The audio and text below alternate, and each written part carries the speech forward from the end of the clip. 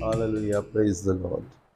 मेरा यीशु है मुझको भला, वो ही काफी है सदा सर्वदा। दुख में, रोग में, हर मुसीबत में मेरे मन वो ही काफी है मुझे। कलवरी के पहाड़ पर चढ़ा था मुकुट कांटों का सर पर, मेरे वेदना सब दूर करके मुझे नया जीवन प्रदान कर दिया। यकीनन खुदावंद के लोगों, अगर वो उस कलवरी के पहाड़ पर ना चढ़ता, उस क्रूस पर ना चढ़ता, तो मेरे और आपका छुटकारा संभव नहीं था। खुदावंद यीशु मसीह के मधुर और जलाली नाम में आज के इस वक्त में मैं आपका स्वागत करता हूं। खुदावंद यीशु के नाम से आपको सलाम कहता हूं और विश्वास करता हूं परमेश्वर आपको अपनी बरकतों से भरेगा। आपने पहली, दूसरी और तीसरी वाणी को सुना और अब समय है कि हम चौथी, पांचवी, छठवीं और सातवीं वाणी को सुने, जिसके द्वारा हम आत्मिक रूप से प्रभु में और प्रभु की बातों में मजबूत होते जाएं, दृढ़ होते जाएं। Praise the Lord, hallelujah. पहली वाणी जो आपने सुनी, हे पिता इन्हें क्षमा कर क्योंकि ये नहीं जानते कि क्या कर रहे हैं। दूसरी वाणी आपने सुनी, आज ही तू मेरे साथ स्वर्गलोक में होगा। तीसरा कलमा आपने सुना, हे नारी देख ये तेरा पुत्र है और ये तेरी माता। अब समय है कि हम चौथी वाणी को सुने, पर उससे सुनने से पहले कुछ चीजें मैं आपके सामने दोहराना चाहता हूं ताकि आप भली भांति उन्हें जान सके, समझ सके और प्रभु में और प्रभु की बातों में मजबूत हो सके। हालेलुया। ये मामूली नहीं था, ये आसान नहीं था जो कष्ट यीशु मसीह ने कलवरी क्रूस पर सहा। यकीनन खुदा के लोगों, कोड़े इतने दर्दनाक हुआ करते थे, उनमें कील, कांच और हड्डियां लगी होती थी। जब वो किसी को मारकर खींचे जाते थे तो मांस के लोथड़े तक निकल आते थे। कई अपराधी तो कोड़े मारने के द्वारा ही मर जाते थे, लेकिन यीशु मसीह की जान किसी शख्स ने नहीं ली, यीशु मसीह ने स्वयं अपनी जान दी। Praise the Lord, hallelujah. और मैं आपको बताना चाहता हूं, यीशु की शारीरिक पीड़ा बहुत कष्टकारी थी। ये कोड़े मारने से प्रारंभ हुई थी, जिसमें चमड़ी छिलकर गहरे घाव बन जाते थे। कई लोग तो ऐसे कोड़े खाते ही मर जाते थे। फिर उन्होंने कांटों का ताज उसके सिर पर पहना दिया। उनकी कनपट्टी में गहरी तौर से सुइयों के जैसे चुभाई गई और लिखा हुआ है उनका पूरा चेहरा रक्त रंजित हो गया। और मैं आपको थोड़ा सा बताना चाहता हूं कुछ पॉइंट जो मैंने नोट किए हैं।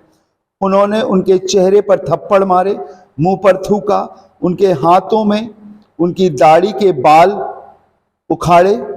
लिखा है फिर उन्होंने उनके ऊपर क्रूस लाद दिया कि यरूशलेम की गलियों में से लेकर चलें और कलवरी पर जहां उन्हें क्रूस पर चढ़ाया जाना था वहां पहुंचे। अंततः उसके हाथों में जहां कलाई और हथेली का जोड़ होता है, लिखा है पैरों में कीलें ठोक दी। इस तरह कीलों से ठोककर उसे क्रूस पर चढ़ाया गया। बाइबल का वचन लिखा हुआ है यशाया 52 अध्याय उसके 4 पद में, जैसे बहुत से लोग उसे देखकर चकित हुए क्योंकि उसका रूप यहां तक बिगड़ा हुआ था कि मनुष्य का सा ना जान पड़ता था। लिखा है और उसकी सुंदरता भी आदमियों की सी ना रह गई थी। बहुत अधिक उस पीड़ा को उसने मेरे और आपके लिए सहा। हमने बहुत सारी मूवी देखी है, पैशन ऑफ क्राइस्ट देखी है, दया सागर देखा है, द बाइबल देखी है, और उसमें बहुत सारे फिल्मी बॉलीवुड कलाकारों ने यीशु मसीह की भूमिका को प्रदर्शित किया है, पर मैं आपको बताना चाहता हूं, सुनिएगा। कलाकारों को यीशु के ऊपर बनने वाली पिक्चर में देखते हैं, ये मोशन पिक्चर कभी भी संपूर्ण रूप से क्रूसीकरण की कठोर भव्यता और अपरिमित निर्दयता का वर्णन नहीं कर सकती। यीशु ने जो दुख क्रूस पर उठाया, फिल्म में दर्शाए गए दृश्य उसकी तुलना में कुछ भी नहीं थे। यहाँ तक कि पैशन ऑफ क्राइस्ट भी उतना वर्णन नहीं करती। वास्तव में बहुत ही भयावह घटना यथार्थ में घटी थी, भविष्य में घटी थी। उसके सिर की त्वचा पर दरारें पड़ गई थी, रक्त की धारा उसके चेहरे, उसके गर्दन को डुबो रही थी, उसकी आंखें फूल कर बंद हुई जा रही थी, शायद उसकी नाक, उसके गाल की से भी लहू की धाराएं बह रही थी, उसके होंठ फट चुके थे, उससे रक्त बहता जा रहा था। उन्हें पहचानना नित्यता असंभव हो रहा था। यद्यपि इस दुख को उठाने वाले सेवकों के लिए भविष्यवक्ता यशायाह ने बिल्कुल यही दशा पहले से ही बयान कर दी थी कि उसका रूप यहाँ तक बिगड़ा हुआ था कि मनुष्यों का सा ना जान पड़ता था और उसकी सुंदरता भी आदमियों की सी ना रह गई थी। यशायाह 52 उसकी 14 वर्ष में लिखा हुआ है। सुनिएगा, मैंने कुछ पॉइंट आपके लिए नोट किए हैं ताकि आप जान सको, समझ सको, और उसके बाद हम चौथी वाणी पर विचार करेंगे। ठीक है। लिखा हुआ है कि उसका उपहास उड़ाया जाएगा, उसके मुंह पर थूका जाएगा।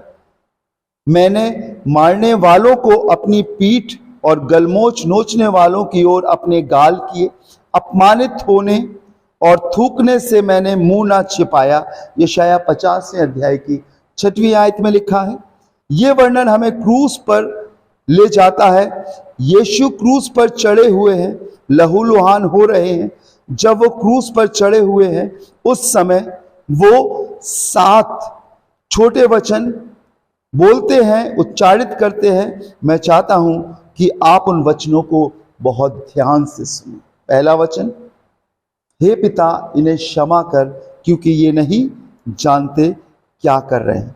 प्रभु के लोगों, उस क्षण में भी यीशु मसीह अपने लोगों के लिए यही पिता से दुआ कर रहा है, इन्हें क्षमा कर। आपने पहली वाणी में सुना होगा। दूसरी वाणी जो उद्धार को दिखाती है, पहली वाणी क्षमा को, दूसरी वाणी उद्धार को दिखाती है। उसमें उसने जो 2 कुकर्मी उसके दाएं और बाएं लटकाए गए थे, उनमें से एक से उसने कहा, आज ही तू मेरे साथ स्वर्गलोक में होगा। Praise the Lord. Yeshu Masih पर विश्वास करने के लिए आप किस कंडीशन में हैं, आप क्या करते हैं, कोई चीजें इंपॉर्टेंट नहीं है। ना आपकी चर्च की सदस्यता, ना आपका बपतिस्मा लेना, और ना आपका रेगुलर किसी संस्था में पार्टिसिपेट करना। उद्धार के लिए मन से पछतावा, मन से अंगीकार और इकरार करना पड़ता है, जैसे उस डाकू ने किया और खुदावंद यीशु मसीह ने उससे कहा, आज ही तू मेरे साथ स्वर्गलोक में होगा। तीसरा वचन मोहब्बत को, प्रेम को दिखाता है। उस महिला ने बेइज्जती सहकर मरियम ने यीशु को पाला, हर उस परिस्थिति का सामना किया जो एक कुमारी स्त्री को करना पड़ता है। लेकिन मरने से पहले, यीशु ने अपनी जान देने से पहले इस बात को सुनिश्चित किया कि मेरी संसारिक माँ भी उद्धार पा सके, और उसने उससे कहा, हे नारी, देख ये तेरा पुत्र है। और उस चेले से जिससे ये प्रेम करता था, बहुता यूहन्ना, उससे कहा, देख ये तेरी माता है। और प्रभु के लोगों, उस कष्टदायक समय में भी, वो अनंत पीड़ा के समय में भी, उसने किसी भी चीज को ऐसे ही नहीं जाने दिया। हर एक बातों को उसने सुनिश्चित किया। और इससे पहले कि वो कहे, हे पिता, मैं अपने प्राण तेरे हाथों में सौंपता हूं, मैं आपको बताऊं, उसने हर एक उन बातों को पूरा किया जो सृष्टि के आरंभ से लेकर सृष्टि के अंत तक थी।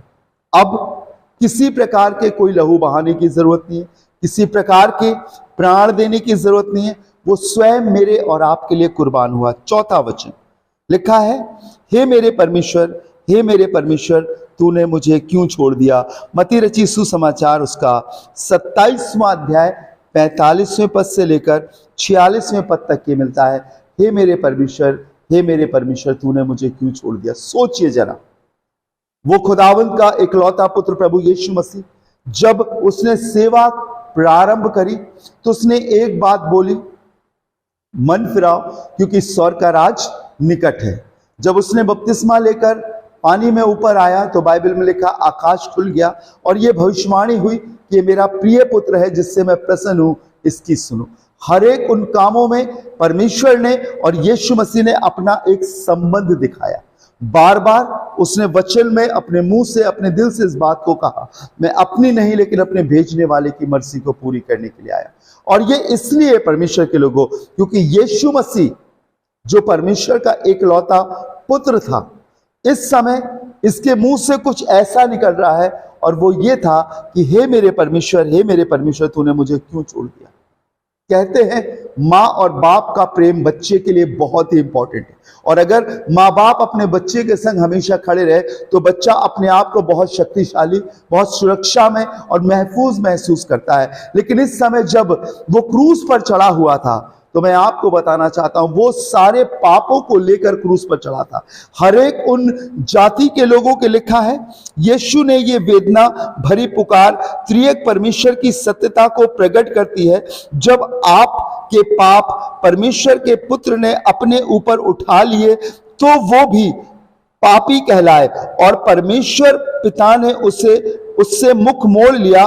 बाइबल का ये कथन है, सुनिएगा, पहला तीमुथियुस 2 अध्याय 5वें पद में लिखा है, क्योंकि परमेश्वर एक ही है और परमेश्वर और मनुष्य के बीच में एक ही बिचवई है, अर्थात मसीह यीशु जो मनुष्य है। उस समय जो वो क्रूस पर था एक साधारण मनुष्य था, वो मेरे और आपके पापों से लदा हुआ था और परमेश्वर का और पाप का कोई मेल जोल नहीं।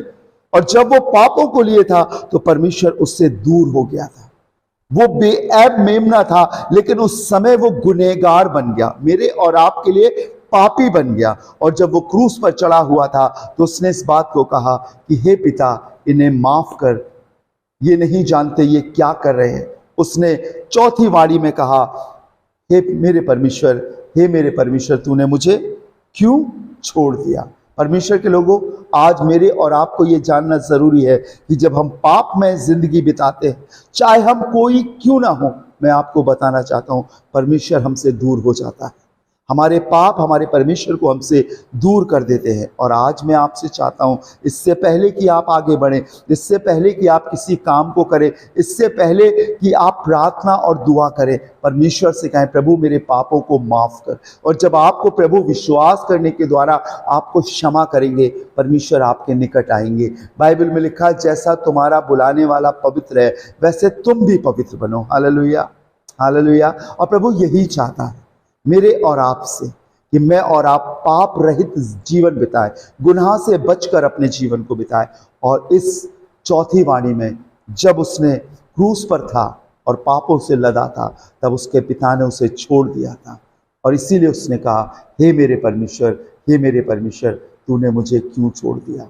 वो तो परम पिता परमेश्वर का इकलौता पुत्र था, उसे आभास हो रहा था। लेकिन कई बार जब हम पाप में अपने जीवन को बिताते हैं, हमें आभास नहीं होता, हमें मालूम ही नहीं चलता कि परमेश्वर कब हमारे पास से चला गया। लेकिन हकीकत है प्रभु के लोगों, जब हम विश्वास करके अपने जीवन को आगे बढ़ाते हैं, परमेश्वर में होकर आगे बढ़ाते हैं, तब हमारी आत्मा में एहसास होता है, हमारे मन में, हमारी भावनाओं में, हमारे रूहानी और संसारिक जिस्म में एहसास होता है कि कब हमारे संग परमेश्वर है और कब परमेश्वर हमसे दूर चला गया।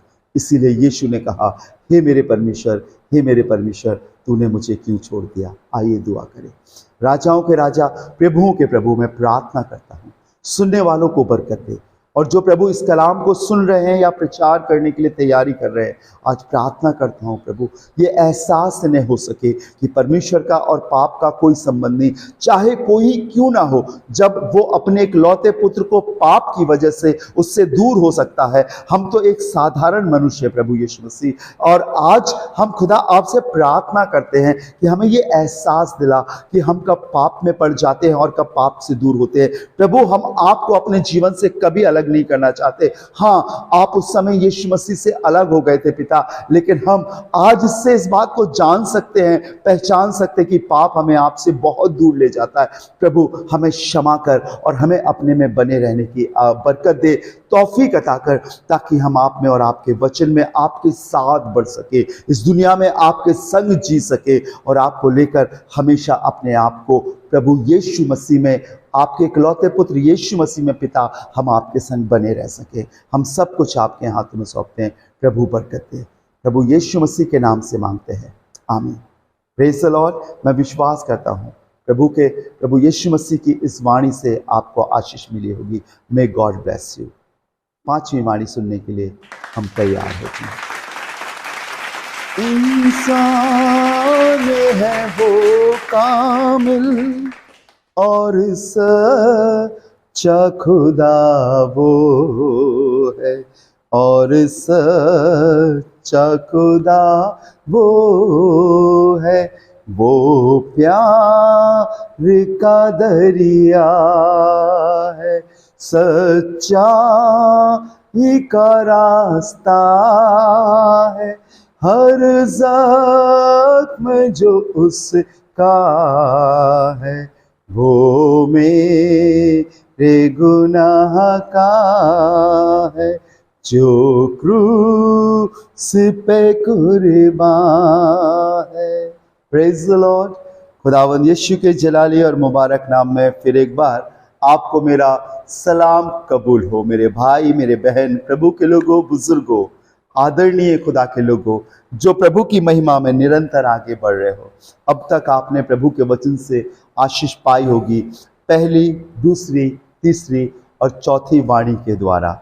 हाँ, वो बहुत पीड़ा में था, बहुत कष्ट में था, असहनीय दर्द उसके ऊपर था। उसकी अभी मृत्यु नहीं हुई थी, अभी उसने प्राण नहीं दिए थे, क्योंकि कोई भी उसके प्राण नहीं ले सकता था।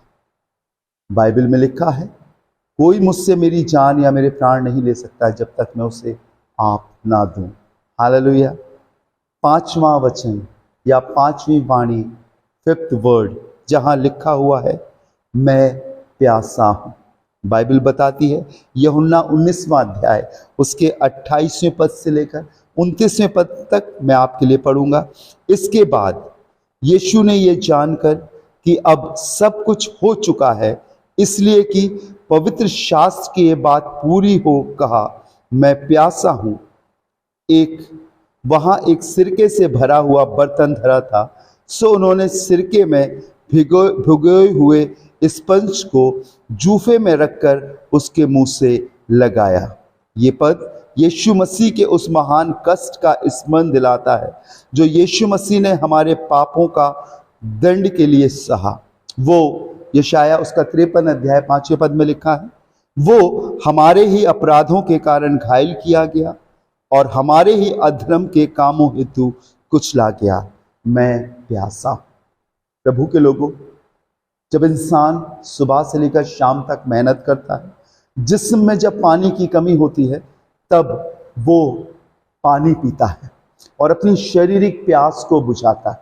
सोचिए प्रभु के लोगों, जिसने उस याकूब के कुएं पर बैठकर उस सामरी औरत से कहा, जो जल मैं तुझे दूंगा वो तुझ में एक सोता बन जाएगा और अनंत जीवन के लिए उमड़ता रहेगा।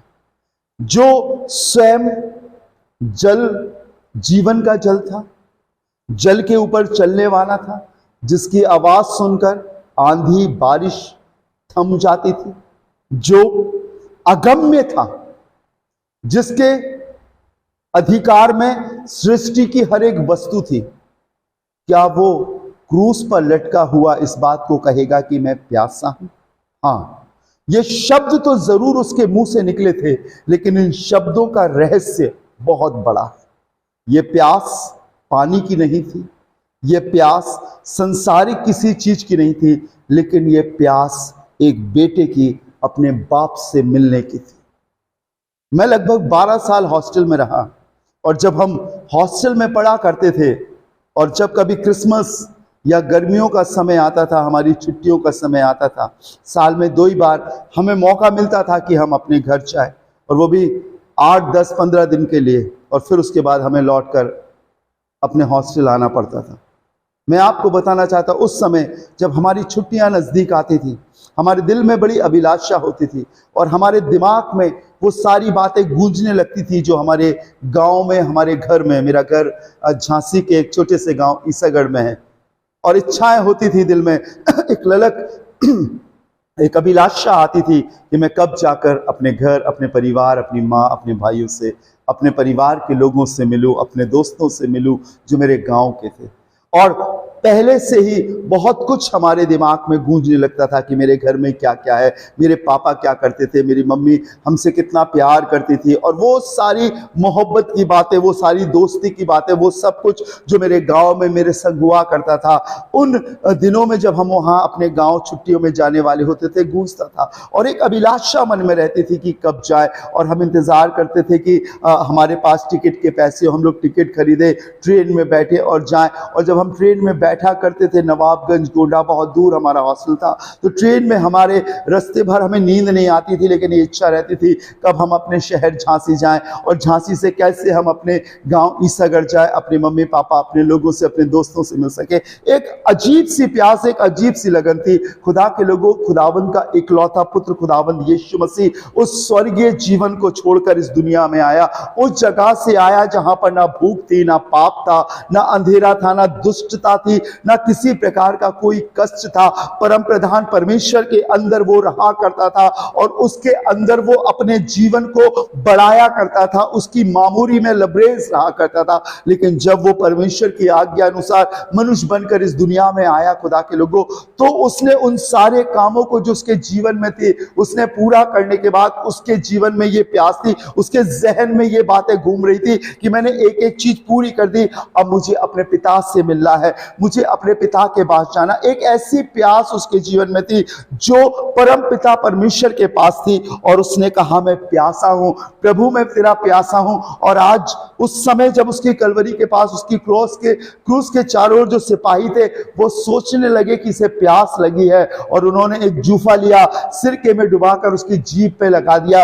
ये बात मैं इसलिए आपको बताना चाहता हूं प्रभु के लोगों, वो स्वयं अपने आप में जीवन का जल था, वो स्वयं अपने आप में एक सोता और एक बड़ा भंडार था, बड़ा दरिया था, बड़ा सागर था। उसे संसारिक प्यास नहीं थी प्रभु के लोगों। अगर उसे कोई प्यास थी तो वो अपने पिता से मिलने की प्यास थी। मुझे भी प्यास थी कि मैं अपने हॉस्टल से जाऊं, अपने माँ बाप से, अपने दोस्तों से, अपने गांव से, अपने लोगों से मिल सकूं, परमेश्वर पिता के इकलौते पुत्र खुदावंद यीशु मसीह की, जो उस समय बिल्कुल एक मनुष्य प्रवृत्ति में था।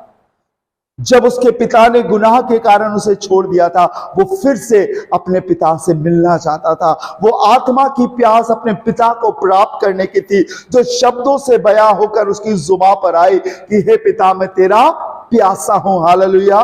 खुदा के कलाम में लिखा है, जो जल मैं तुझे दूंगा, लिखा हुआ है यशायाह नबी की किताब में कि तुम उस उद्धार के सोते से जल पियोगे। प्रभु के लोगों, वो प्यास बहुत बड़ी थी, और आज भी खुदा के लोगों, वो आपको बचाना चाहता है। आपकी प्यास, आपकी अभिलाषा है, वो आपको गुनाहों से निकालना चाहता है, और इसलिए निकालना चाहता है क्योंकि उसने आपके लिए अपने प्राण दिए, आपकी पूरी पूरी कीमत उसने चुकाई, एक एक दाम उसने आपके लिए दिया, और हर एक चीजों को उसने पूरा किया, और अब वो अपने पिता के प्रति प्यासा है। हालेलुया प्रभु के लोगों। और आज मैं और आप भी, अगर जिस खुदा ने मेरे और आपको बनाया है, उसने मेरे और आपको जीवन दिया है, मेरे और आपके अंदर भी ये ललक होना चाहिए कि जीते जी इस दुनिया में मैं प्रभु के साथ चलूं, और अगर मेरी मृत्यु होती तो मैं परम प्रधान परमेश्वर के पास पहुंचने पाऊं, उस उत्तम स्थान में जो उसने मेरे लिए तैयार किया है। मेरा जीवन संसारिक नहीं, मेरा जीवन ऐसा नहीं कि संसार में अधोलोक में पड़ा रह जाए, लेकिन जब यीशु मसीह बादलों पर आए तो मैं उसके संग उठाया जाऊं, जीवित उठाया जाऊं, मैं वहां तक पहुंचने पाऊं। एक ऐसी प्यास होना चाहिए। और जब बाइबल में लिखा हुआ है, जो कोई प्यासा हो वो मेरे पास आए, जिसके पास रुपया ना हो वो मेरे पास आए और मुझसे मोल ले जाए, अपने गुनाहों की माफी मांगिए और उससे पवित्र आत्मा को प्राप्त कीजिए। वो आपकी प्यास को बुझाएगा। उसी में हमें सारी परिपूर्णता, उसी में हमें सारी भरपूरी मिलती है। आओ मांगे। उसने कहा है, अपना मुंह खोल, मैं उससे भर दूंगा। मांगिए उससे, उस पवित्र आत्मा को मांगिए। यीशु मसीह पिता की उस संगति के प्रति प्यासा था। आज आपको उसकी पवित्र आत्मा के प्रति प्यासे होना है, मांगना है। प्रभु मुझे अपनी पवित्र आत्मा, उसके वरदानों से भर। प्रभु मैं इस दुनिया में रहकर तेरी पवित्र आत्मा के बिना प्यासा हूं। अपनी प्यास, अपनी तड़प को बढ़ाइए। लिखा है, जैसे हिरनी नदी के जल के लिए तड़पती है, वैसे ही खुदावन में तेरा प्यासा हूं। आप उससे मांगो, वो आपको देगा, जीवन का जल देगा। हालेलुया, आपको भर देगा। मैं प्यासा, प्रभु आपको आशीष दे। आइए दुआ करें। राजाओं के राजा, प्रभुओं के प्रभु, हम तेरा धन्यवाद देते हैं प्रभु। ये वो प्यास है जो एक बेटे की अपने पिता से है, एक मनुष्य की परमेश्वर से है। और प्रभु मैं चाहता हूं हम में से हर एक जन तेरे प्रति इतना प्यासा हो जाए, इतना अभिलाषित हो जाए प्रभु, कि इस जमीन पर रहते हुए तू उसकी प्यास बुझा सके, अपनी पवित्र आत्मा से परिपूर्ण कर सके, पवित्र आत्मा के वरदानों से परिपूर्ण कर सके। और प्रभु वो इस दुनिया में रहकर आपके संग जी सके। प्रभु मेरी दुआ है, इस वचन के द्वारा तेरे लोगों को आशीष दे, बरकत दे और अपने में मजबूती प्रदान कर। खुदावंद यीशु के नाम से मांगते हैं, आमीन आमीन आमीन।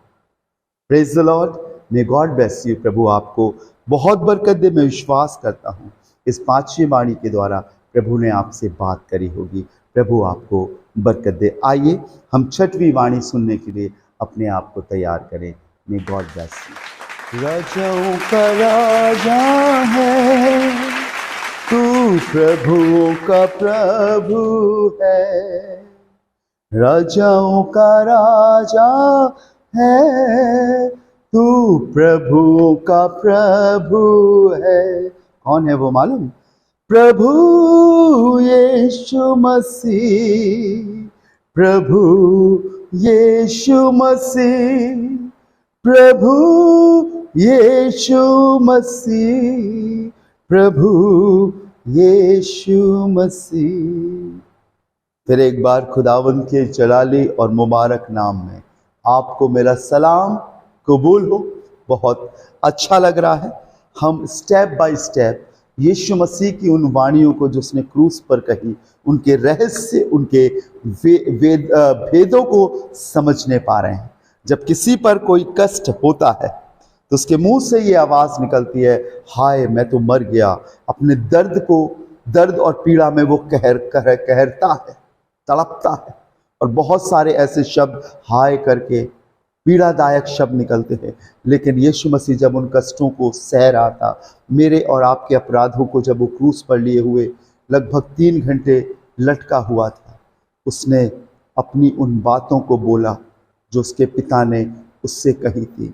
उन बातों को वो कर रहा है जो पहले से खुदा के कलाम में नक्श थी। उन नबूवतों को, उन भविष्यवाणियों को वो एक एक करके बोलता जा रहा है और पूरा करता जा रहा है। आइए हम अगले वचन की ओर चलेंगे।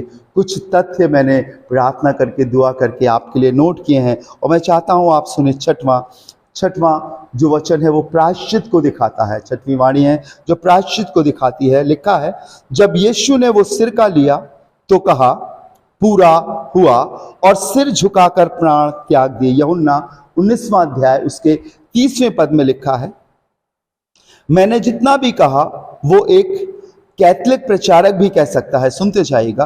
किंतु 6वें वचन में प्रोटेस्टेंट पुनः जागरण और बैप्टिस्ट विश्वास सदियों से टिका हुआ है। आपको मालूम होना जरूरी है, इसलिए मैं आपको बताना चाहता हूं।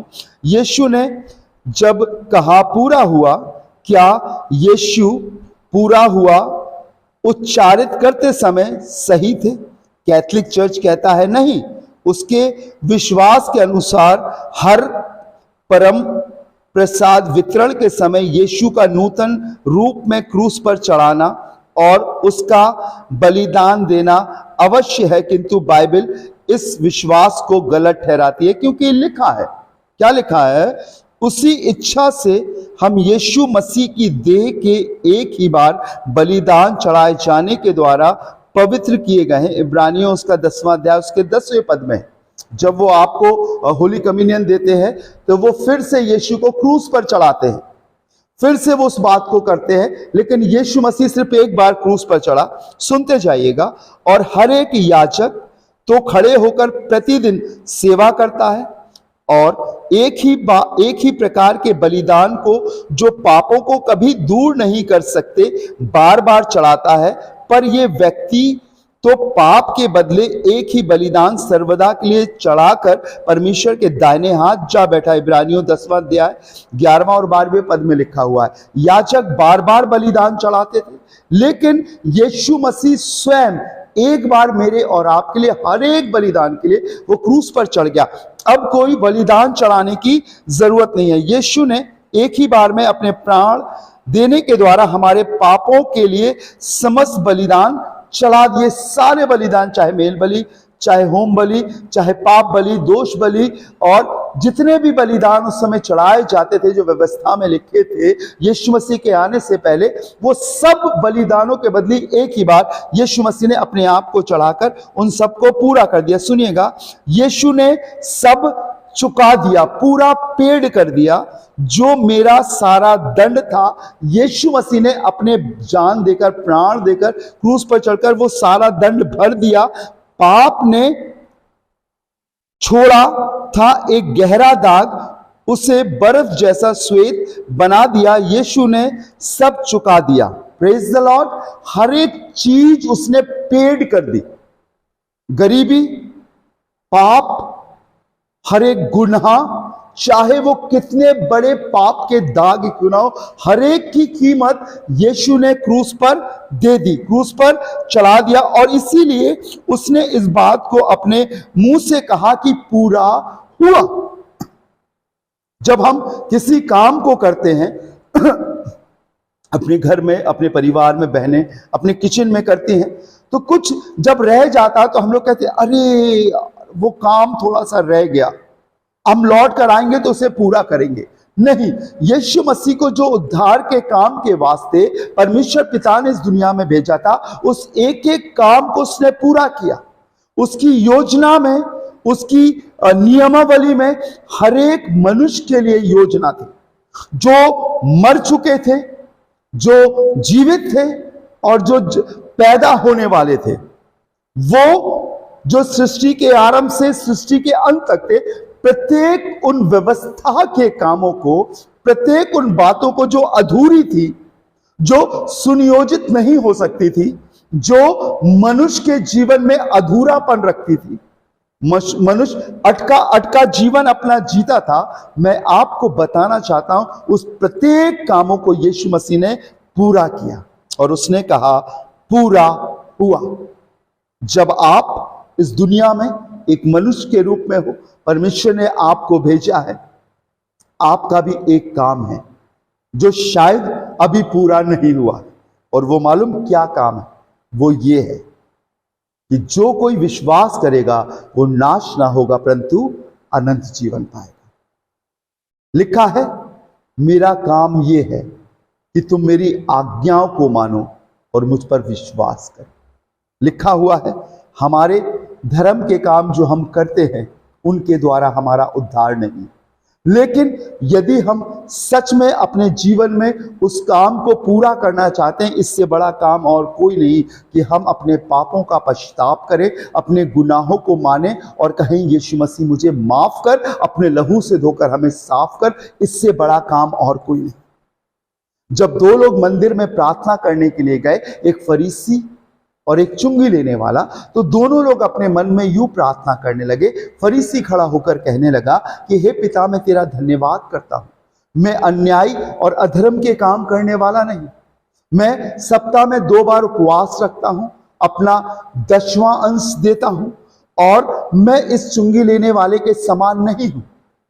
अच्छा था, लेकिन उसके बाद लिखा है कि चुंगी लेने वाले ने दूर खड़े होकर अपनी आंखें स्वर्ग की ओर भी उठाना ना चाहा, वरन अपनी छाती पीट कर कहा, हे परमेश्वर, मुझ पापी पर दया कर।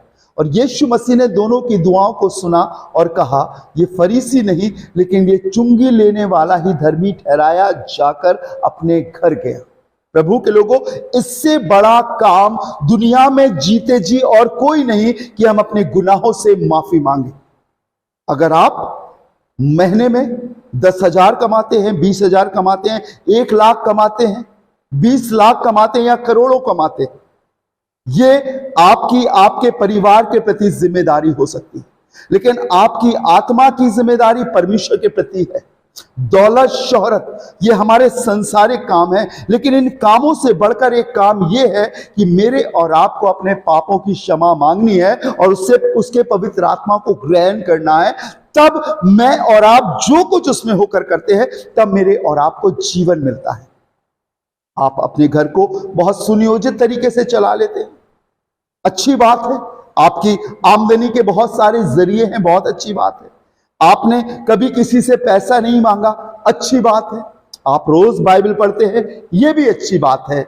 आप रोज प्रार्थना करते हैं, उपवास रखते हैं, ये और भली बात है। लेकिन इन सब से बढ़कर है कि अपने आप को परमेश्वर के प्रति जो उसने कहा है, अपने गुनाहों की माफी मांगना है। यदि तू अपने मुंह से यीशु को प्रभु जानकर अंगीकार करे और अपने मन से ये विश्वास करे कि परमेश्वर ने उसे मुर्दों में से जिलाया, तो तू निश्चय उद्धार पाएगा। हालेलुया। वो आपको पूरा उद्धार देगा और आपका सबसे बड़ा काम यही है कि आपको माफी मांगना है। क्या आपने गुनाहों की माफी मांगी? क्या आपने अपने मन को फिराया? हाँ, हम सब गुनाहों से माफी जरूर मांगते हैं, चाहे हम किसी भी जाति के हों। हम कान पकड़ के कहते हैं, हम हाथ जोड़ के कहते हैं, हम सिर झुकाकर कहते हैं, हम हाथ उठाकर कहते हैं कि हे परम प्रधान परमेश्वर, हमारे पापों को माफ कर। हम माफी मांगते हैं, लेकिन हम फिर वही काम करते हैं, क्योंकि हमने माफी तो मांगी पर अपने मन को नहीं फिराया। माफी मांगना आसान है, लेकिन मन फिराना बहुत मुश्किल है। जब आप मन फिरा लोगे तो आप दोबारा उस गलत काम को नहीं करोगे, लेकिन अगर सिर्फ आप माफी मांगोगे तो माफी मांगना आपकी आदत में आ जाएगा और पाप आपके ऊपर बार बार जोर डालकर उसी गलत काम की ओर आपको ले जाएगा। इसीलिए माफी के साथ साथ हमें मन फिराना है, और यीशु मसीह ने यही प्रचार किया, मन फिराओ क्योंकि स्वर्ग का राज निकट है। वो स्वर्ग आपके जीवन में शामिल हो जाएगा, हेवन आपके हृदय में आ जाएगा जब आप अपने मन को फिरा लोगे। और यीशु मसीह ने अपने जीवन काल में उन सारे छोटे बड़े कामों को जो उसके पिता ने कहा था, जब तू जाएगा सामरिया नाम गांव में, तो याकूब के कुएं में दोपहर के वक्त में एक औरत पानी भरने के लिए आएगी। वो ऐसी औरत होगी जो 5 पति कर चुकी होगी, और उससे क्या करना है, क्या बोलना है। लिखा है वो अपने चेलों के संग उस कुएं पर बैठा था, और उसके चेलों को भूख लगी और वो शहर से रोटी लेने के लिए चले गए। इतने में वो औरत आई और उस औरत से वो कहता है, मुझे पानी पिला। वो सामरी औरत कहती है, तू तो श्रेष्ठ जाति, उत्तम जाति यहूदी है, और मैं एक नीच जाति हूं, सामरी हूं, मुझसे पानी क्यों कर मांग सकता है? तब यीशु ने उससे कहा, यदि तू परमेश्वर के वरदान को जानती और ये जानती जो तुझसे कहता है मुझे पानी पिला, और यदि तू उससे मांगती तो वो तुझे जीवन का जल देता। हालेलुया।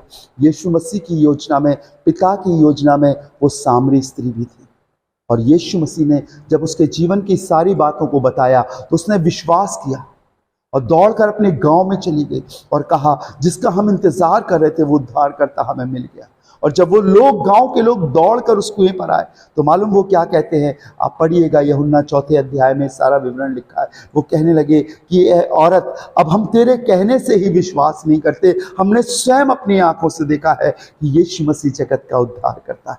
Praise the Lord. उस काम को उसने पूरा किया, और मालूम है उसने आपको बचाने के लिए भी अपने काम को पूरा किया। आपका नाम मुझे नहीं मालूम, आपका काम मुझे नहीं मालूम, आप हिंदू हैं, मुस्लिम हैं, सिख हैं, ईसाई हैं, आप किस जाति के हैं मुझे नहीं मालूम, लेकिन मुझे इतना मालूम है कि यीशु मसीह ने आपके लिए भी उद्धार का काम पूरा किया है।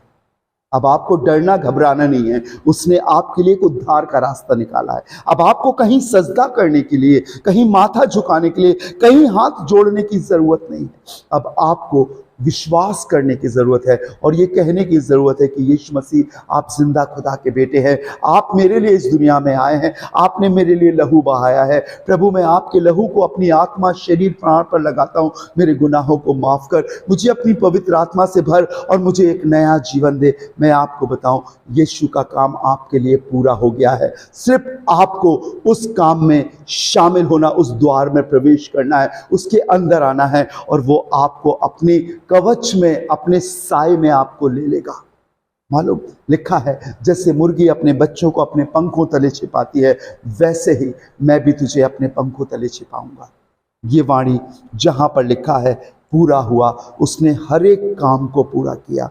अब कोई कुर्बानी नहीं चढ़ाना है, अब कोई बलिदान नहीं देना है, अब झूठ मूठ कहीं भी आपको अपने सर को नहीं झुकाना है, अब आपको किसी को भी परमेश्वर या ईश्वर करके नहीं मानना है। यीशु की सामर्थ जिसने पूरा पूरा उद्धार किया है आपके लिए तैयार है। आओ उसे ग्रहण करो, विश्वास करो और वो आपको जीवन देगा। आइए अपनी आंखों को बंद करेंगे, दुआ करेंगे।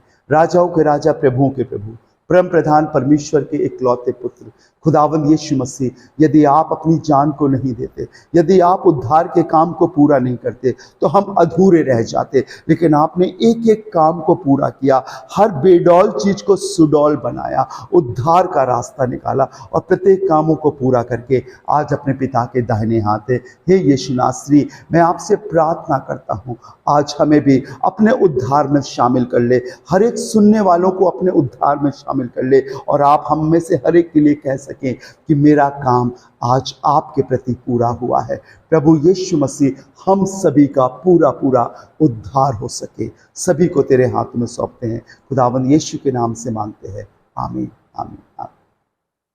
Praise the Lord, may God bless you. प्रभु आपको बहुत आशीष दे।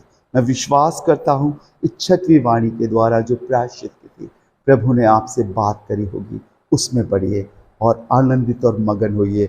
आपके लिए आपका उद्धारकर्ता खुदावंद यीशु मसीह तैयार है। मे गॉड ब्लेस यू।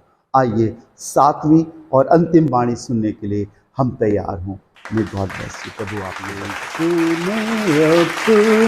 खून बहा के मुझे बचा लिया, क्यों ना मैं गाऊंगा गीत उसी के मुझे बचा लिया। हाँ, ये बात सत्य है प्रभु के लोगों। खुदावंद यीशु मसीह ने अपने लहू को बहाकर, अपनी जान को देकर, मैं आपको बताना चाहता हूँ, मुझे, आपको और दुनिया के सभी लोगों को बचा लिया है। अब तक की इन 6 वाणियों में आपको खुदा ने बरकत दी होगी। आइए हम अंतिम वाणी की ओर चलते हैं जो आपको मिलेगी लूका रचित सुसमाचार, उसका 23वां अध्याय और उसके 46वें 46 वर्ष में, 23 चैप्टर लूक वर्स 46, जहां लिखा है, और यीशु ने बड़े शब्द से पुकार कर कहा, हे पिता, मैं अपनी आत्मा तेरे हाथों में सौंपता हूं। और ये कहकर उसने प्राण त्याग दिए। कुछ बातें मैंने नोट करी हैं, मैं चाहता हूं आप सुने, फिर मैं आपसे बात करूंगा।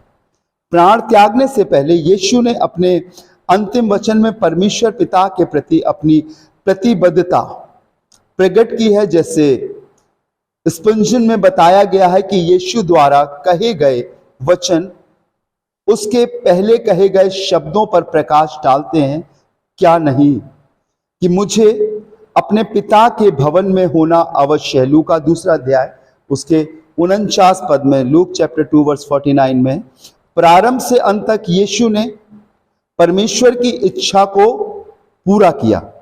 आगे एक बहुत कठोर श्रापित जिसमें उसकी कलाई में कीलें ठोकी थी, वो उसके 7 वचन सुनकर, एक सिपाही वहां पर था, जब उसके हाथों में कलाई में यहां पर जब कीलें ठोकी गई तो वहां पर एक सिपाही था, उसके वचन सुन रहा था। उसने अनेक लोगों को क्रूस पर चढ़ाया होगा, किंतु उसने मरने से पहले किसी को इस तरह रक्त रंजित और असहनीय कष्ट में भी अद्भुत वचन कहकर मरते हुए कभी नहीं देखा होगा।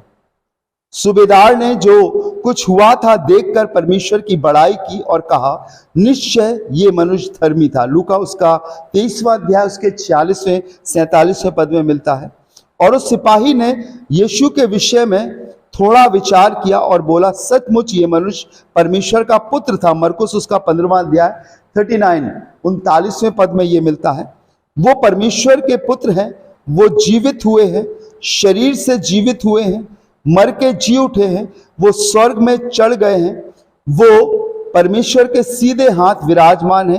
प्रभु यीशु मसीह पर विश्वास कर तो तू और तेरा घराना उद्धार पाएगा। प्रेरितों के काम उसका 16वां अध्याय उसके 31वें पद में लिखा है। सुनिएगा, ऐसा भी कुछ लोग हैं जो सोचते हैं कि केवल परमेश्वर पर विश्वास रखना पर्याप्त है, परंतु वे गलत सोचते हैं। परमेश्वर पर विश्वास रखने से किसी का उद्धार नहीं हुआ है। गौर से सुनिएगा, बहुत इंपॉर्टेंट बात मैं आपसे बोल रहा हूं, किसी का उद्धार नहीं हुआ है। यीशु ने कहा, बिना मेरे द्वारा कोई पिता के पास नहीं पहुंच सकता। यूहन्ना 14वां अध्याय उसके 6वें पद में लिखा हुआ है। गौर से सुनिएगा, मसीह परमेश्वर तक पहुंचने के लिए अनेक तरीकों में से एक तरीका नहीं है।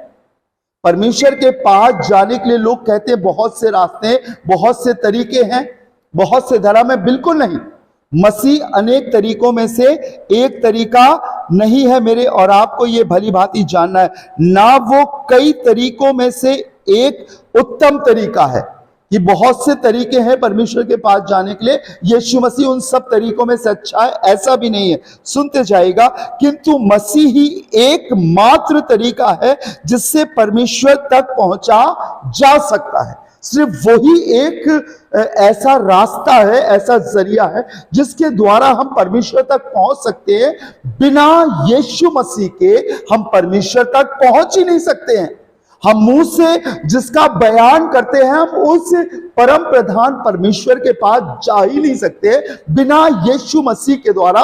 वही हमारा मध्यस्थ है, वही हमारा बिचवई है जिसके द्वारा हम पहुंच सकते। सुनिएगा, मैं आपको बताना चाहता हूं, अगर यीशु मसीह पर विश्वास नहीं रखते तो आप भटके हुए ही हैं। भले ही आप कितने अच्छे क्यों ना हो, कितनी ही बार आप चर्च क्यों ना जाते हो या बाइबल पढ़ते हो, अगर आपने यीशु मसीह पर विश्वास नहीं किया है तो आप भटके हुए ही कहलाएंगे। बिना मेरे द्वारा कोई पिता के पास नहीं पहुंच सकता। एकमात्र यीशु ही अपने रक्त से आपके पापों से शुद्ध कर सकते हैं। हालेलुया। और कोई रास्ता नहीं है। और इस 7वीं वाणी में, अंतिम वाणी में जो यीशु मसीह ने बात कही है कि हे पिता, मैं अपनी आत्मा तेरे हाथों में सौंपता हूं, अर्थात एक ऐसी प्रतिबद्धता को जो परमेश्वर की और यीशु मसीह की थी, उसने उद्धार के काम को पूरा करने के बाद अब उसकी आत्मा, उसे मालूम था कि संसार या शैतान के हाथों में नहीं जाएगी, किसी ऐसी शक्ति के हाथ में नहीं जाएगी, क्योंकि उसने उस काम को पूरा किया था। वो पाप रहित था और शैतान पाप से भरा हुआ है।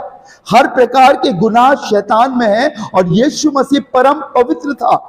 और उसने कहा, हे पिता, मैं अपनी आत्मा तेरे हाथों में सौंपता हूं, अर्थात जिस काम के लिए उसे भेजा गया था उसे पूरा करके उस आत्मा को जो परमेश्वर ने उसके जीवन में दी थी, जिस पवित्र आत्मा के द्वारा वो मरियम के गर्भ में आया था, उस काम को पूरा करके वो कह रहा है कि हे पिता, मैं अपनी आत्मा तेरे हाथों में सौंपता हूं। Praise the Lord. यहां तक तो आप भली भांति समझ गए होंगे। मात्र यीशु मसीह ही एक तरीका, एक रास्ता, एक जरिया है परमेश्वर के पास जाने के लिए। अगर और भी कोई अपने आप को परमेश्वर कह रहा है तो मैं आपको बताना चाहता हूं, वो परमेश्वर कैसे हो सकते हैं। परमेश्वर का सा मुखौटा या कुछ समय के लिए रूप बना सकते हैं, लेकिन वो परमेश्वर नहीं हो सकते, क्योंकि बाइबल बताती है मात्र यीशु ही एक ऐसा जरिया है जिसके द्वारा आप परमेश्वर के पास जा सकते हो। डायरेक्ट आप कूद कर यीशु मसीह को छोड़कर नहीं जा सकते हो, क्योंकि जब तक आप अपने गुनाहों की माफी नहीं मांगोगे, आप यीशु मसीह के पास नहीं जा पाओगे। मेरे और आपको ये जानना जरूरी है कि आखिरी वाणी में उसने कहा, हे पिता, मैं अपनी आत्मा तेरे हाथों में सौंपता हूं। और मृत्यु के बाद वो 3 दिन और 3 रात उस कब्र में गया। वो उस कब्र में उसका जिस्म था, शारीरिक जिस्म, लेकिन उसकी आत्मा अधोलोक में उतर गई। बाइबल बताती है वो पृथ्वी के निचले स्थानों में उतर गया। मैं आपको बताऊंगा गुड फ्राइडे के बाद कि यीशु मसीह कहाँ गया। लिखा है, उन कैदी आत्माओं को प्रचार करने जिनकी मृत्यु नूह के समय जल प्रलय से हुई थी या उससे पहले हुई थी, उन लोगों को सुसमाचार सुनाने के लिए। और जिन लोगों ने उस समय विश्वास किया वो अधोलोक के नरक लोक वाले सेक्टर से निकलकर स्वर्गलोक वाले सेक्टर में आ गए। और वो तीसरे दिन मृत्यु में से, कब्र में से जिंदा निकला। अब उद्धार का काम पूरा हुआ था। अब सिद्धता को दिखाता है। बहुत से लोग आए जिन्होंने तरह तरह की वाणियां और वचन बोले। मैं आपको बताना चाहता हूं, वो गए और लौट कर नहीं आए। यीशु मसीह ही मात्र एक ऐसा प्रभु है जिसने अपने प्राण को अपने आप दिया। कब्र में वो रखे गए और तीसरे दिन वो उसी कब्र में से जी उठे। हालेलुया। और 40 दिन तक अपने जीवित होने का प्रमाण देते रहे। आपने इतिहास, हिस्ट्री की किताब में पढ़ा होगा, AD-BD, after that, before death. हाँ, बिफोर डेथ, जन्म से पहले, मृत्यु से पहले उसने क्या किया और मृत्यु के बाद उसने क्या किया। शताब्दियों की, संबद्ध की, कैलेंडर्स की, आपकी जन्म तिथि की जो जनगणना होती है वो यीशु मसीह के जन्म और उसकी मृत्यु से ही होती है। तिथियां बदलती हैं, शताब्दियां बनती हैं, इतिहास लिखे जाते हैं। ये महज एक परम प्रधान परमेश्वर का ही पुत्र नहीं था, वो एक इतिहास बदलने वाला प्रभु था। Praise the Lord. और उसने जी उठकर, जो ईस्टर वाला दिन हम आपके संग होंगे, मुखातिब होंगे उस दिन ऑनलाइन, आप जरूर से सुनिएगा, वो कब्र में से जीवित हो गया और 40 दिन तक अपने जीवित होने का प्रमाण देता रहा। ठीक 40वें दिन वो जैतून नाम पहाड़ से अपने चेलों के संग जीवित आसमान पर उठा लिया गया और उसने कहा, जिस प्रकार तुम मुझे जाते हुए देखते हो उसी प्रकार तुम मुझे आते हुए देखोगे। बहुत से देवता, बहुत से भगवान हुए, किसी ने ये वादा नहीं किया कि मैं जा रहा हूँ, मैं फिर आऊँगा। नहीं किया। यीशु मसीह ने ही किया कि वो गया और जाने के बाद जाते समय उसने वादा किया, मैं फिर आऊँगा और तुम्हें अपने साथ ले जाऊँगा। 7वीं वाणी उसने यही कहा, हे पिता, मैं अपनी आत्मा तेरे हाथों में सौंपता हूं। क्या आज आप पवित्र हैं? क्या आप शुद्ध हैं? क्या आप यीशु मसीह के लहू में आपने अपने पापों की माफ़ी मांगी है? या आप ये कह सकते हैं, प्रभु अगर मेरी आंखें बंद हो रही हैं तो मैं अपनी आत्मा को तेरे हाथों में सौंपता हूँ। प्रभु मैं उस स्थान में जाना चाहता हूँ जो तूने मेरे लिए तैयार की है। आप अपने आप को देखें। मनुष्य अपने आप को जांचे, बाइबल में लिखा है। और मैं अपनी कमियों को जानता हूँ, आप अपनी कमियों को जानते हैं। मुझे आप पर आपकी कमियों को प्रकट करने की ज़रूरत नहीं है। मैं बेहतर अपने लिए जानता हूँ और मुझे मालूम है मेरे अंदर कौन से पाप हैं।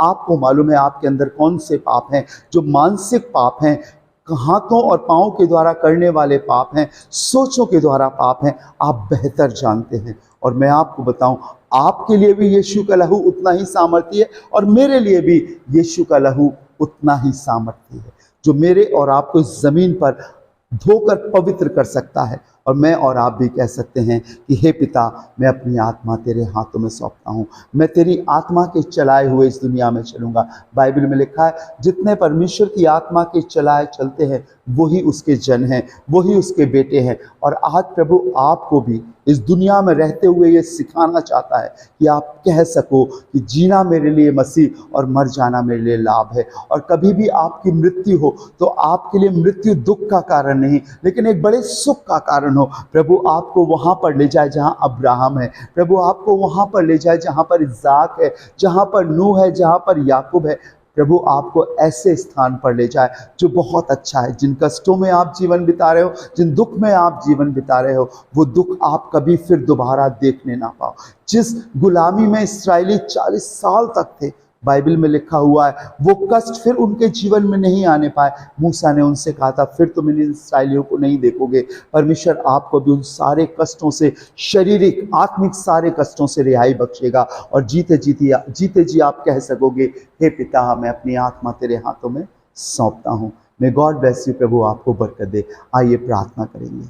राजाओं के राजा, प्रभु के प्रभु, मैं आपका हृदय से धन्यवाद देता हूँ, तेरी महिमा तेरी स्तुति करता हूँ, क्योंकि तू महिमा और स्तुति के योग्य परमेश्वर है। प्रभु जैसी तेरी आत्मा ने मेरी अगुवाई करी, मैंने तेरे लोगों के सामने तेरे वचन को रखा है। प्रभु मैं इस योग्य तो ना था कि उस परम प्रधान परमेश्वर के इकलौते प्रभु के उन पवित्र वचनों को अपनी तुच्छ जुबान से प्रचार कर सकूं, लेकिन खुदावंत तूने मुझ नाचीज को चुना है ताकि मैं तेरी महिमा करने पाऊं। और प्रभु जैसा आपने दिया मैंने तेरे लोगों को परोसा है। खुदावंत इस आत्मिक भोजन को ग्रहण करने की इन्हें ताकत दे और तुझ में होकर ये पवित्रता का जीवन जी सके।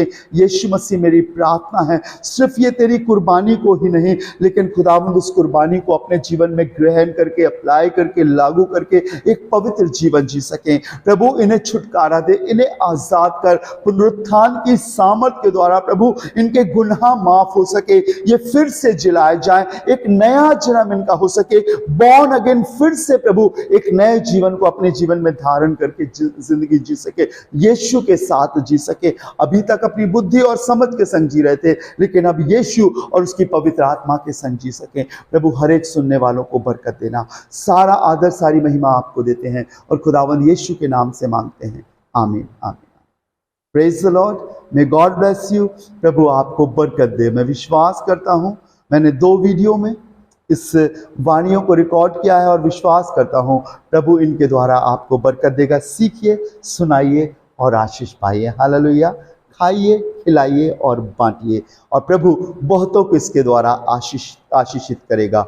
और आज मैं आपको बताना चाहता हूँ, हर आराधना में हम ऑनलाइन होंगे। अगर अभी तक आपने हमारे चैनल को सब्सक्राइब नहीं किया है तो मैं आपसे रिक्वेस्ट करूँगा, आत्मिक मन्ना, ताज़ा मन्ना खाने के लिए चैनल को सब्सक्राइब कीजिए। और अगर आपके पास कोई प्रेयर रिक्वेस्ट है, आप जाइए कमेंट्स में अपनी प्रेयर रिक्वेस्ट भेजिए। मेरा नंबर भी डिस्क्रिप्शंस में, आप मुझे कॉल कीजिए और मैं विश्वास करता हूँ उसके क्रूस के बलिदान की सामर्थ, उसके पुनरुत्थान की सामर्थ आपको एक नई जिंदगी देगी। हालेलुया।